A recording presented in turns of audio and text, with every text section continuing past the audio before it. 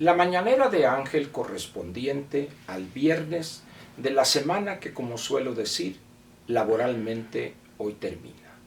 Viernes 15 de enero del año 2021. Hoy, más que comentar con usted algo, voy a participarle algunas ideas o algunas cosas que me andan rondando por acá en la azotea. La primera es la siguiente. ¿No siente usted que algo está cocinándose, por decirlo de alguna manera, en nuestro país en los momentos actuales? ¿No siente usted que por debajo de la superficie hay algo que empieza a ponerse en ebullición? ¿No siente usted el ambiente entre los familiares, los amigos? Decir hoy los compañeros de trabajo pues sería un tanto eufemístico, partiendo de la base de que una muy buena parte de los mexicanos estamos enclaustrados. De alguna manera la actividad laboral la realizamos a distancia y hemos perdido en no pocos casos el contacto con los compañeros de trabajo, aun cuando hay algunas actividades que sí son presenciales, que están produciendo, por ejemplo, aquellas industrias dedicadas a la exportación, particularmente el ensamblado de automóviles y algunas otras. No se diga ya en el sector primario, pero sin embargo esto no borra esa normalidad de seguir trabajando aun cuando aplicando medidas de protección que todavía a principios del año pasado, en enero, febrero del año 2020, nos parecían impensables. ¿No siente, pues, que algunos elementos nos están diciendo algo que no alcanzamos o a ver, por razones obvias, o a entender? Mire, esta situación que se dio en el metro, en el sistema de transporte colectivo aquí en la Ciudad de México, es un accidente que voces aisladas por aquí y por allá desde hace no meses, sino algunos años. Recuerdo yo la discusión en el sexenio anterior de Mancera aquí en la Ciudad de México, aquí en el Distrito Federal al principio y luego Ciudad de México, donde fue una gran discusión sobre el aumento del boleto del metro a 5 pesos, que es el actual. En ese entonces los opinantes mencionaron problemas estructurales que rayaban en lo grave en ese entonces, prácticamente cero mantenimiento, canibalización de algunos convoyes, es decir, están esos convoyes, esos vagones detenidos y empiezan a tomar piezas para hacer que otro funcione, y así. Una infraestructura en términos generales degradada, exceso de personal, un déficit muy alto por parte del gobierno de la Ciudad de México, que a su vez obtenía recursos del gobierno federal a través del presupuesto de egresos de la Federación, por ese diferencial tan grande entre los quizá 12, 13 pesos que cuesta el boleto, por ponerlo de alguna manera, su costo real total. Y cuando digo real me refiero no en el sentido de sin inflación, sino el costo total de cada viaje y los 5 pesos que se pagaron con ese aumento. Y se decía en aquel entonces, para justificar el aumento, que lo recabado iba a ser dedicado exclusivamente para mejorar las condiciones del servicio, cosa que en la práctica sabemos no sucedió. Pero luego tenemos como complemento de este desgaste natural de una entidad como es el sistema de transporte colectivo, donde ha funcionado desde hace muchos años por debajo, muy por debajo de su punto de equilibrio financiero, ingresos contra egresos, así muy burdo. Era pues no un problema de si va a pasar esto, sino cuándo iba a pasar realmente. Ya pasó. Pero para echarle sal a la herida, tenemos una protección ciega, total y ofensiva de la actual directora del metro. Ayer mismo, legisladores de Morena se opusieron, la aritmética les ayuda, a que se integrara una comisión, propuesto esto por la oposición, para investigar qué pasó. Fue desechado eso, y ahorita bien a bien lo único que se tiene son algunas fotografías o algunos videos cortos de cómo quedó el centro de control, y alguna noticia de que ya quitaron unos cables que la Comisión Federal de Electricidad ya va a poner de manera emergente, algunos transformadores, etc.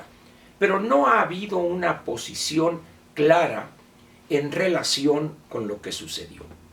La protección o la defensa inmediata de la jefa de gobierno a la señora directora del metro sorprendió también.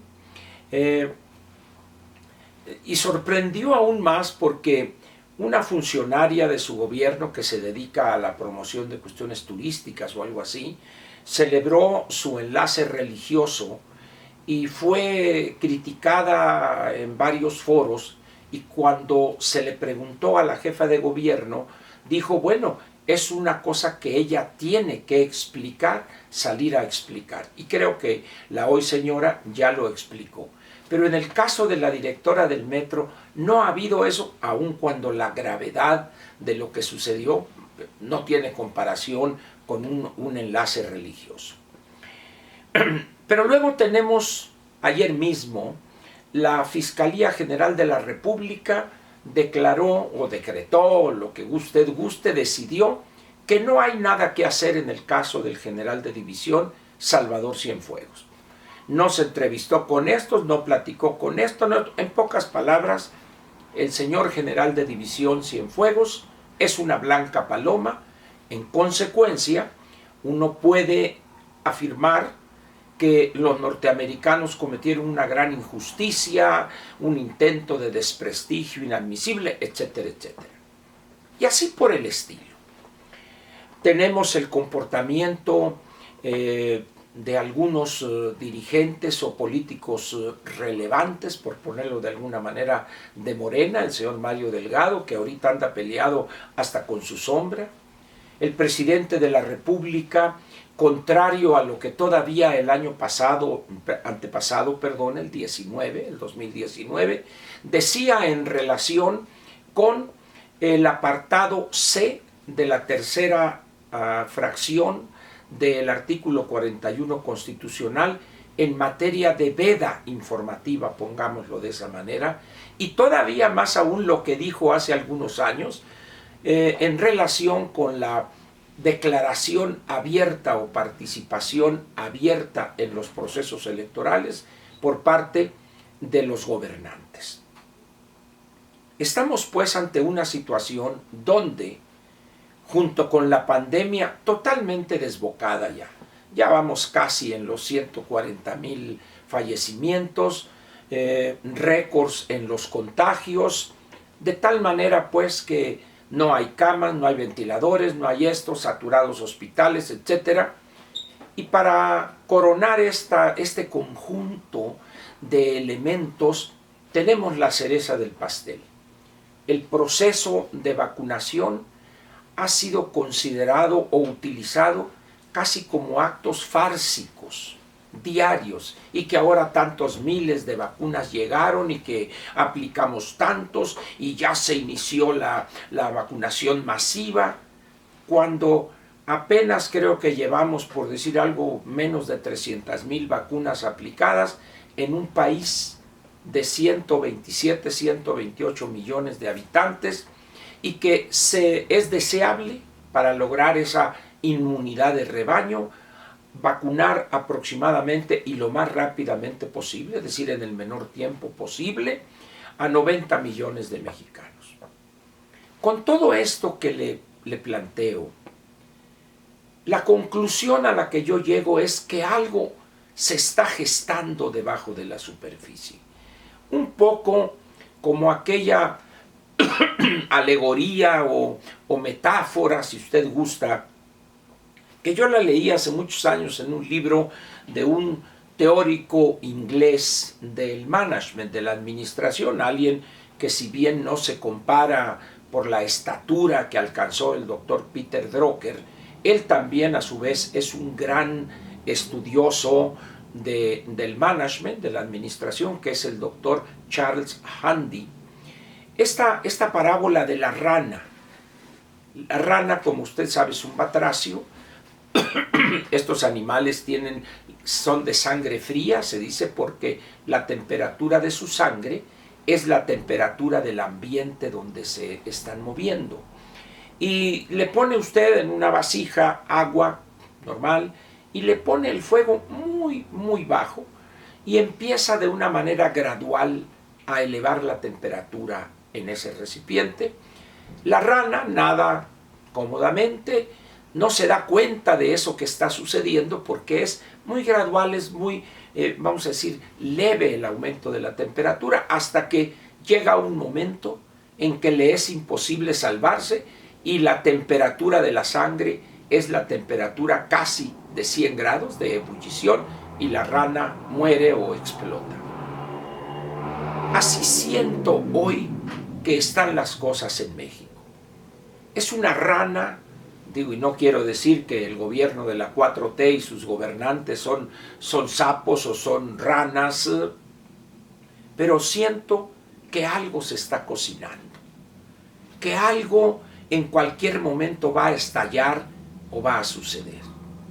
Los defensores de la 4T, hay burdos, chafas por así decirlo, no me gusta utilizar esa expresión de chairos, pero no encuentro otra, así se les identifica, lamento tener que usar esa palabra, pero hay otros que son más inteligentes o pretendidamente inteligentes, que pretenden teorizar para justificar estos intentos autoritarios del presidente. Hay alguno por ahí que dice, bueno, es que el presidente, si bien es cierto que tiene rasgos autoritarios, pero es porque lo que hemos construido en años anteriores protegía privilegios, pero dejaba a los más. Y luego saca alguna estadística del Latinbarómetro, que es una encuesta muy reconocida. Su pregunta más importante o que lo caracteriza a esta institución es si estamos de acuerdo con la democracia o no. Entonces dice solamente el 48% está de acuerdo con la democracia y el éxito del modelo chino y una serie de mezcolanza, una especie de capirotada para concluir que el presidente tiene un plan sensato, lógico, cuando en realidad estamos ante los desatinos y ocurrencias de un gobernante ignorante que ve al antepasado y que es un cacique pueblerino que piensa que el país lo puede manejar y convertir en una cajuca o en algún municipio del feraz trópico mexicano. Como ve usted, defensores de López hay los casi animalescos de retraso mental, pero también hay los que se presentan como sesudos analistas. ¿Qué piensa usted de esta pregunta? ¿Hay algo que se está cocinando por debajo de la superficie? Le dejo esa pregunta y trataremos de contestarla en la sabatina y la dominical. Por lo pronto, muchas gracias.